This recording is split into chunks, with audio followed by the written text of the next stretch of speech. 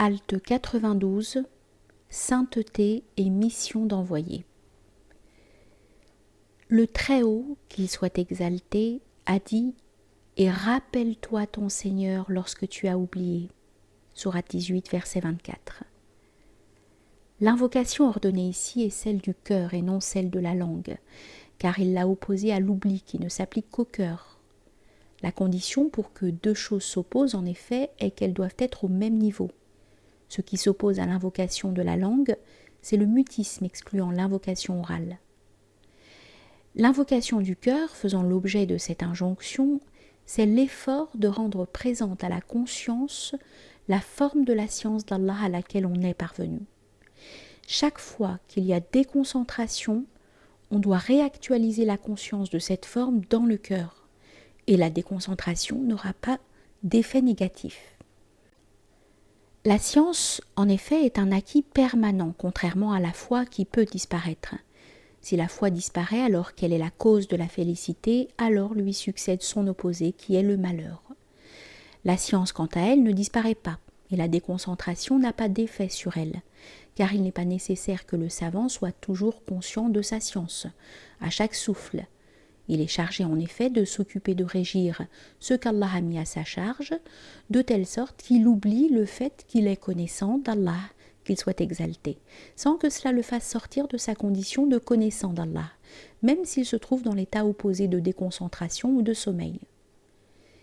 Il n'y a pas d'ignorance après la science. Par science, j'entends bien sûr la science des initiés, qu'Allah soit satisfait d'eux, celle qui résulte des théophanies du Seigneur et des inspirations de l'Esprit.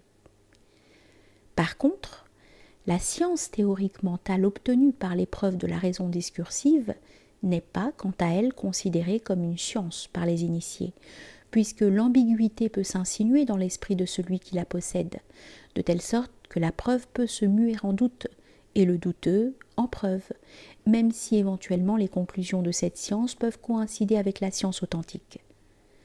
La science véritable, la seule donc, à mériter vraiment ce nom, exclut tout doute et altération chez celui qui la possède.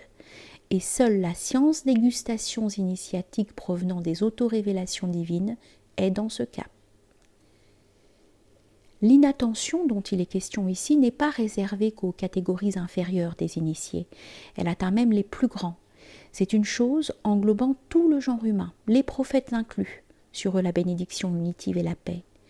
Mais les connaissants, selon leur station spirituelle, sont différents au moment de ces inattentions. Considère la parole du prophète qu'Allah répande sur lui la bénédiction unitive et la paix.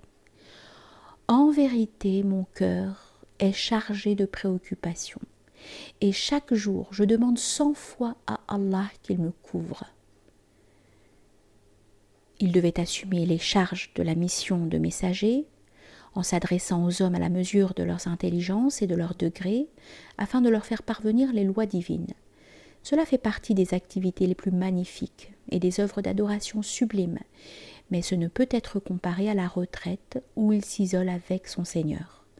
C'est en cela que l'on dit de la sainteté qu'elle a une excellence sur la fonction de messager, en entendant par là que dans la même personne, la sainteté du messager a une excellence sur sa fonction de messager. Il ne s'agit pas de la sainteté d'une manière générale.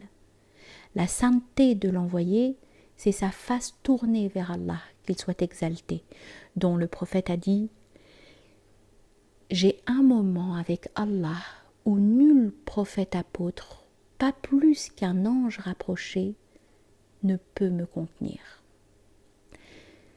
Quant à sa fonction d'envoyé, c'est sa face tournée vers les créatures, et qui lui fait dire « En vérité, mon cœur est chargé de préoccupations. » La contemplation est pourtant permanente pour lui dans tous ses états, ainsi que l'a précisé Aïcha, qu'Allah soit satisfait d'elle, lorsqu'elle le décrivit comme ayant conscience d'Allah à tout moment. Seulement, il y a différentes sortes de contemplation. Le cœur peut avoir une fonction immense et une dignité formidable, lui donnant une capacité inégalable, mais il peut aussi se trouver dans la plus grande exiguïté. Dans sa capacité ultime, il contient Dieu qui dit lui-même « Ni mon ciel ni ma terre ne peuvent me contenir alors que le cœur de mon serviteur croyant me contient. Son exiguïté est dans le fait qu'il ne saurait réunir deux choses différentes en même temps. Et dit, sans doute mon Seigneur me guidera-t-il pour quelque chose de plus proche en rectitude que cela. Sourate 18, verset 24.